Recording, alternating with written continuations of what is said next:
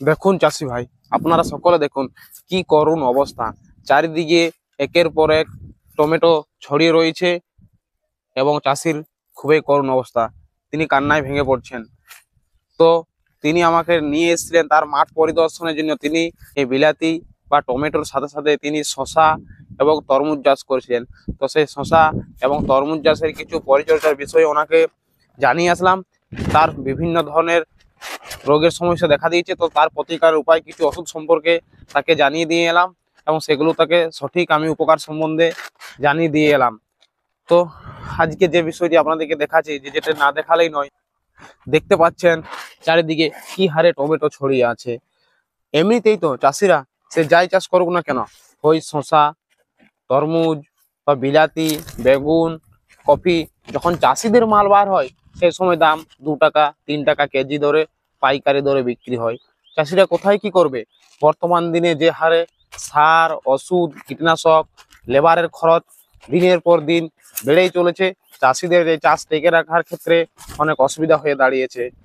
তো সরকারের কাছে আমার বিশেষ অনুরোধ, বা এই দপ্তরে, কৃষি দপ্তরে যারা যে সমস্ত অফিসাররা রয়েছে তাদের কাছে আমার বিশেষ অনুরোধ, যে আপনারা অবশ্যই নির্দিষ্ট জায়গায় জায়গায় প্রত্যেকটা শহরে অবশ্যই চাষবাস যে সমস্ত এলাকায় চাষবাস সঠিকভাবে হয় সেই সমস্ত এলাকায় হিমঘর বা কলেস্টর খোলা।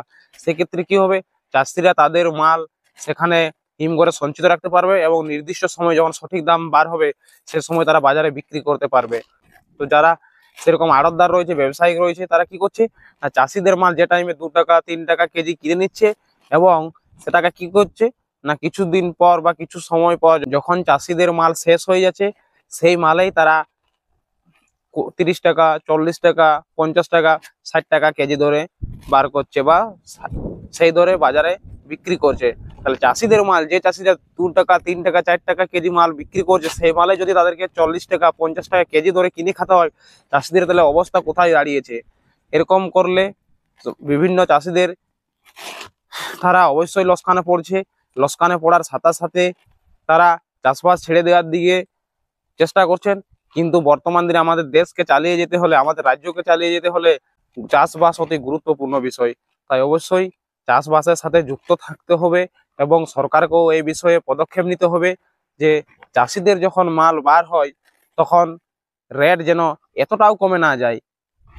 আপনারাই ভাবুন, একটা ফুলকপি বাঁধাকপি তৈরি করতে মোটামুটি মিনিমাম 8 টাকা 10 টাকা খরচ হয় সঠিকভাবে, কিন্তু সেই বাঁধাকপি যদি চাষিদেরকে 3 টাকা 4 টাকা পিস ধরে বিক্রি করতে হয় তাহলে আবার কি বলার আছে। তো যাই হোক, আপনারা চেষ্টা করবেন, তার জন্যই আমি বারবার আপনারা অগ্রিম চাষের দিকে একটু গুরুত্ব দিবেন, আপনারা দাম মোটামুটি ভালোই পাবেন। এরকম অন্তত আপনাদেরকে বিপদের মধ্যে পড়তে হবে না। এই দেখুন অবস্থা, দেখুন চারিদিকে মাঠের পর মাঠ কপি ছড়িয়ে আছে, কপি বিস্তীর্ণ হয়ে আছে। এগুলো তিনি কি করছেন না, গরুকে ছাগলকে কেটে কেটে খাওয়া ছাড়া আর তিনি কোনো উপায় দেখতে পাচ্ছেন না।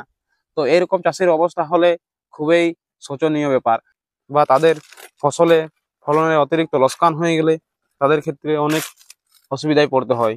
এই দেখুন এত কফি চারিদিকে মাঠের পর মাঠ বিস্তৃত হয়ে আছে, এগুলো তাদের ছাগলকে বা গরুকে কেটে কেটে খাওয়ানো ছাড়া আর কোনো উপায়ই তিনি পাচ্ছেন না।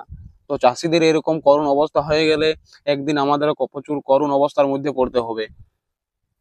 অবস্থা দেখুন কি হারে কফি ছড়িয়ে ছিটিয়ে রয়েছে, কি হারে চারিদিকে ছড়িয়ে রয়েছে।